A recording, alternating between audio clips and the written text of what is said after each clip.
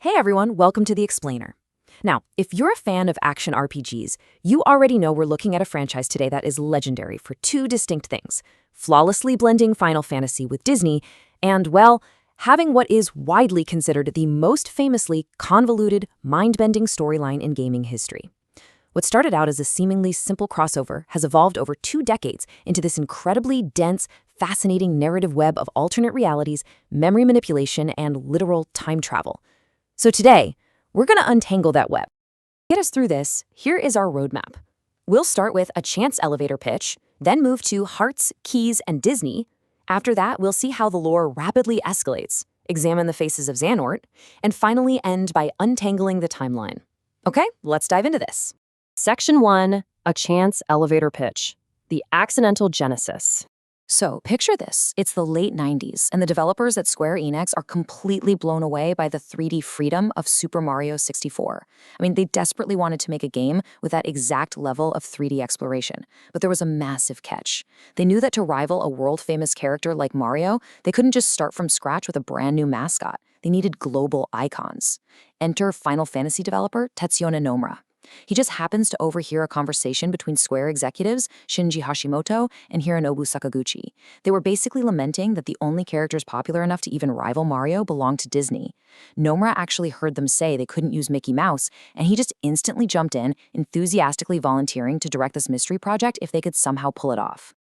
And what is incredibly serendipitous is what happened next. You literally can't make this up. Square Enix and Disney actually shared the exact same corporate building in Japan at the time.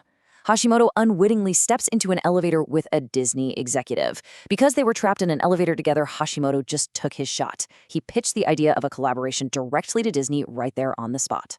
And incredibly, they agreed. Moving on to Section 2, Hearts, Keys, and Disney, the basic premise and cut content. Right, so during initial development, the crossover was actually a bit of a tug of war. Disney naturally wanted Donald Duck to be the star of the game, while Square Enix really wanted Mickey Mouse. But director Tetsuya Nomura felt that neither would actually work as the main protagonist. He insisted on creating an original character based on Disney's iconic style, which of course is how we got our spiky-haired hero. But actually, the Sora we know almost looked very different. Originally, his design was going to resemble a lion, and his weapon wasn't the iconic Keyblade at all. It was a chainsaw sword. Yeah, just picture that for a second. A kid running around the wholesome Disney universe wielding a literal chainsaw sword. They also had a ton of wild cut content. Disney Castle was actually a playable level in early trailers before getting axed. You were supposed to be able to summon Woody and Buzz Lightyear. And my personal favorite fact, the Final Fantasy dragon Bahamut was actually programmed into the game as a summon. But if you hack the code to use him, he just instantly crashes the whole game. All right, Section 3, the lore rapidly escalates, defining the chaos.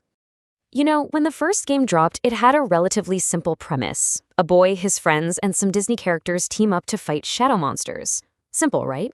Well, the narrative quickly escalates into incredibly complex, metaphysical territory involving the fundamental nature of the human soul. Which brings us to the exact question that confuses most casual players, right around the time they try to play Kingdom Hearts 2. Wait, what exactly is a nobody? The games throw these terms at you constantly, so let's lock down a textbook definition right now to ground your understanding for the rest of this explainer. Okay, so when a person succumbs to darkness, they are split into 2 entities. And this brilliantly illustrates the difference. On the left side, we have the heartless. Now, ironically, a heartless is the living manifestation of the corrupted heart itself. I know the naming is confusing, but if that person had a particularly strong will, they also leave behind what's on the right, a nobody. A nobody is just the empty physical husk, the literal body and soul left behind after the heart is completely gone. They don't technically have emotions, but they do retain all their memories. Section 4. The faces of Xehanort, the mastermind, and the clones. Now that you understand that people can be split into heartless and nobodies, you are fully ready to face the overarching antagonist of the entire saga, Master Xehanort. He's an ancient Keyblade master who realizes he can manipulate the universe by fragmenting himself, possessing others, and, utilizing time travel. To keep things straight, we really have to track the clones and alter egos because so many characters are actually just fragmented versions of a few original people. Take Sora, for instance. When Sora briefly turned into a Heartless to save his friend Kairi, he unknowingly created his own nobody named Roxas. And then there's Xeon, who is an imperfect replica of Roxas. But Xehanort is the real culprit here. He split his stolen body into a Heartless, who frustratingly stole the name Ansem Seeker of Darkness, and a nobody named Xemnas. Xemnas then goes on to form Organization XIII, a group of other powerful nobodies, to basically just do his bidding. So you might be asking, why all the cloning? Why go through all the time travel and body snatching? Well, Master Xehanart's ultimate endgame was to perfectly recreate an apocalyptic event known as the Keyblade War. To do this, he needed to forge the ultimate weapon, the Keyblade. And to forge that, he needed exactly 13 pieces of pure darkness to clash directly with 7 pieces of pure light. That is exactly why he formed an organization of 13 members. He literally needed 13 vessels to house fragments of his own dark heart. Finally, Section 5, Untangling the Timeline, a chronological roadmap. Listen, if your head is spinning from playing the games in the weird order they were released, bouncing between prequels, mobile games, and handheld spin-offs, I completely understand. It makes the story seem way more disjointed than it actually is. So let's map out the actual chronological story and see how this all builds seamlessly into one epic narrative arc. First up, we have the Ancient Era. This is shown in the mobile game Kingdom Hearts Kai, which sets up that legendary Keyblade War. Next, 10 years prior to Sora's journey, we have the prequel Birth by Sleep. This is where Master Xehanart corrupts a trio of young Keyblade wielders Terra, Aqua, and Ventus, setting his grand plan into motion. Then we hit Year Zero, Kingdom Hearts I, where Sora, Donald, and Goofy start their adventure to stop Xehanort's Heartless. That leads directly into 1 year later with Kingdom Hearts II, where they have to stop Xehanort's nobody, Xemnas, and his organization. And finally, the modern era, Kingdom Hearts III, the massive climax where the 7 lights and 13 darknesses finally clash. You know, when you lay it out like that, chronological and categorized, the pieces actually fit together perfectly like a giant puzzle.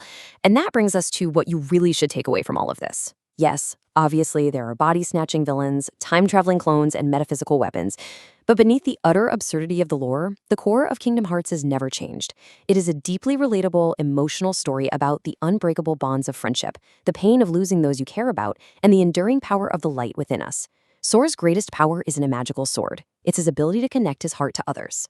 But of course, the story is far from over. As we look toward the future of the franchise and those wild mysteries set up in the ancient past, we really have to wonder about the original orchestrator of the Keyblade War.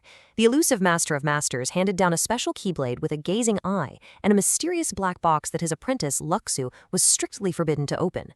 So as the saga continues into its next era, what universe-shattering secrets are still hiding inside that black box? Well, I'll leave you to ponder that one. Thank you so much for joining me for this explainer, and keep your hearts open to the light.